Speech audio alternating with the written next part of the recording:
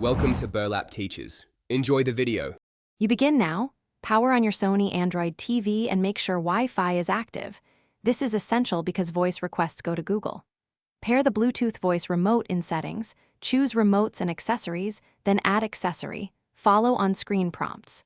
Once paired, sign into your Google account on the TV so the assistant can access preferences and smart home devices. Make sure microphone access is allowed in permissions, and keep the remote's batteries fresh so voice detection stays responsive.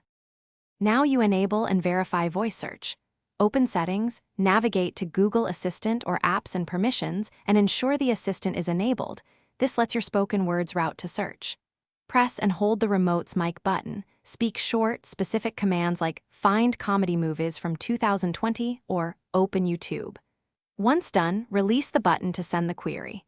Make sure your phrasing matches available content. If results miss, try alternate keywords or include the app name to refine results. Finish by customizing and keeping the system current. Create voice routines in Google Assistant for quick commands and update TV firmware routinely to avoid glitches. To complete, practice a few sample commands to learn phrasing that returns the best results, like including actor or app names. If voice search stops working, reboot the TV and remote, then repair the remote.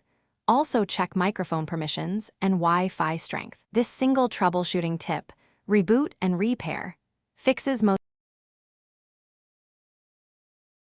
Thanks for watching. Consider subscribing if this video helped you.